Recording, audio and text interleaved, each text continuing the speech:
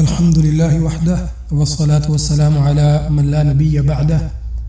اما بعد فاعوذ باللہ السمیع العلیم من الشیطان الرجیم۔ سورۃ المائدہ آیت نمبر 23 میں اللہ عز و جل نے ارشاد فرمایا وعلی اللہ فتوکلوا ان کنتم مؤمنین، اور اللہ ہی پر توکل رکھو بشرطے کہ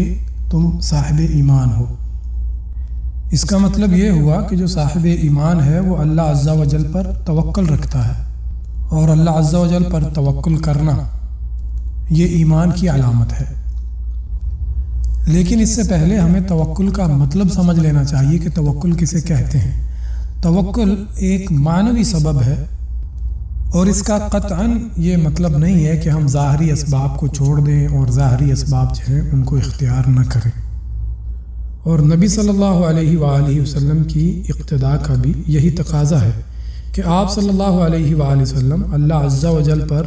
بہترین توکل کرنے والے تھے، اور آپ اللہ تعالیٰ کی ذات گرامی پر کمال درجہ کے توکل کے ساتھ ساتھ دیگر مناسب اسباب کو بھی اختیار فرماتے تھے۔ نبی صلی اللہ علیہ وآلہ وسلم کی ساری زندگی ہمارے سامنے ہے۔ آپ صلی اللہ علیہ وآلہ وسلم نے اللہ عز و جل پر توکل کرتے ہوئے اسباب کو بھی اختیار کیا۔ غزوہ تبوک کی مثال لے لیجئے۔ سن 9 ہجری میں جب یہ واقعہ پیش آیا، نبی صلی اللہ علیہ وآلہ وسلم نے جنگ کی تیاری کرنا چاہی، تو آپ صلی اللہ علیہ وآلہ وسلم نے لوگوں کو اللہ کے راستے میں خرچ کرنے کی ترغیب دلائی۔ حضرت ابوبکر صدیق رضی اللہ تعالی عنہ اپنے گھر کا سارا سامان لا کے نبی صلی اللہ علیہ وآلہ وسلم کی خدمت میں پیش کر دیتے ہیں۔ حضرت عمر فاروق رضی اللہ تعالی عنہ گھر کے سامان کو 2 حصوں میں تقسیم کرتے ہیں، آدھا گھر والوں کے لیے چھوڑ دیتے ہیں اور آدھا اللہ کے رسول صلی اللہ علیہ وآلہ وسلم کی خدمت میں لا کے جنگ کی تیاری کے لیے پیش کر دیتے ہیں۔ حضرت عثمان غنی رضی اللہ تعالی عنہ 10,000 دینار، 300 اونٹ، 50 گھوڑے ان کے ساز و سامان سمیت نبی صلی اللہ علیہ وآلہ وسلم کی خدمت میں پیش کرتے ہیں جہاد کی تیاری کے لیے۔ اسی طرح حضرت عبد الرحمن بن عوف رضی اللہ تعالیٰ عنہ 8,000 درہم لا کے نبی صلی اللہ علیہ وآلہ وسلم کی خدمت میں پیش کر دیتے ہیں جنگ کی تیاری کے لیے۔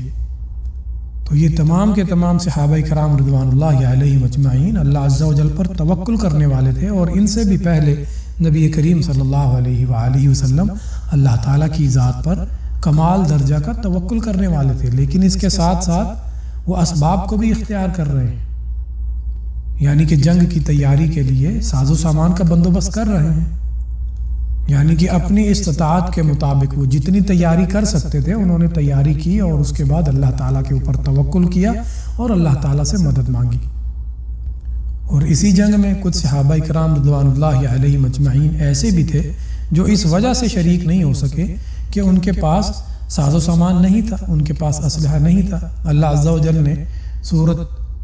توبہ کی آیت نمبر 92 میں اس صورتحال کو بیان کیا ہے، قُلْتَ لَا أَجِدُ مَا أَحْمِلُكُمْ عَلَيْهِ تَوَلَّوْا وَأَعْيُنُهُمْ تَفِيضُ مِنَ الدَّمْعِ حَزَنًا أَلَّا يَجِدُوا مَا يُنْفِقُونَ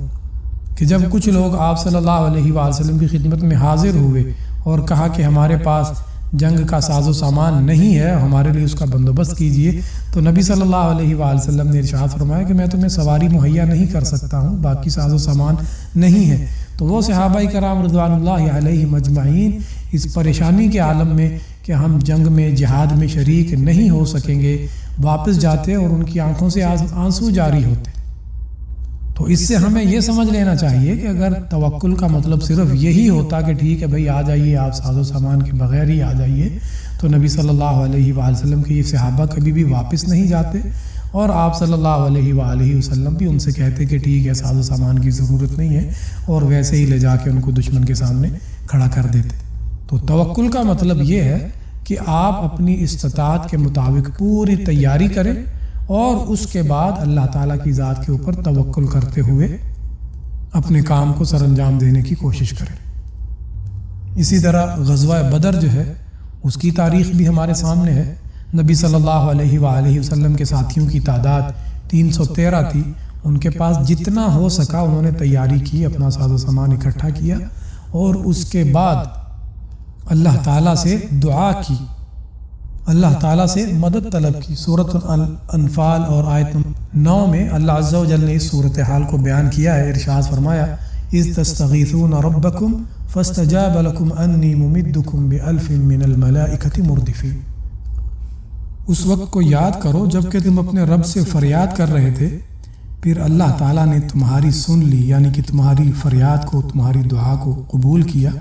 اور ارشاد فرمایا کہ میں تم کو 1000 فرشتوں سے مدد دوں گا جو لگاتار چلے آئیں گے۔ اب یہاں بھی نبی کریم صلی اللہ علیہ وآلہ وسلم نے اللہ عز و جل پر توکل کیا، اور اس سے پہلے آپ صلی اللہ علیہ وآلہ وسلم نے اپنی استطاعت کے مطابق پوری تیاری کی۔ صحابہ کرام رضوان اللہ علیہم اجمعین نے اپنی استطاعت کے مطابق پوری تیاری کی، ظاہری جو اسباب تھے ان کو اختیار کیا،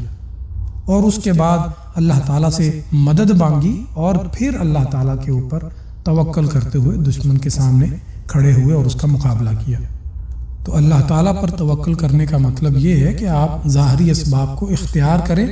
اور اس کے بعد اللہ تعالیٰ کے اوپر توکل کریں، اور اللہ تعالیٰ کے اوپر توکل کرنا ایک مسلمان کے لیے، ایک ایمان والے کے لیے جو ہے اس کے ایمان کا لازمی جز ہے، ایمان کا لازمی حصہ ہے۔ لیکن اللہ تعالیٰ کے اوپر توکل کرنے کا مطلب جو ہے وہ ظاہری اسباب سے بے نیازی قطعاً نہیں ہے۔ اللہ تعالیٰ سے دعا ہے اللہ تعالیٰ ہمیں دین حنیف کی سمجھ عطا فرمائے۔ آمین۔ وآخر دعوانا ان الحمد للہ رب العالمین۔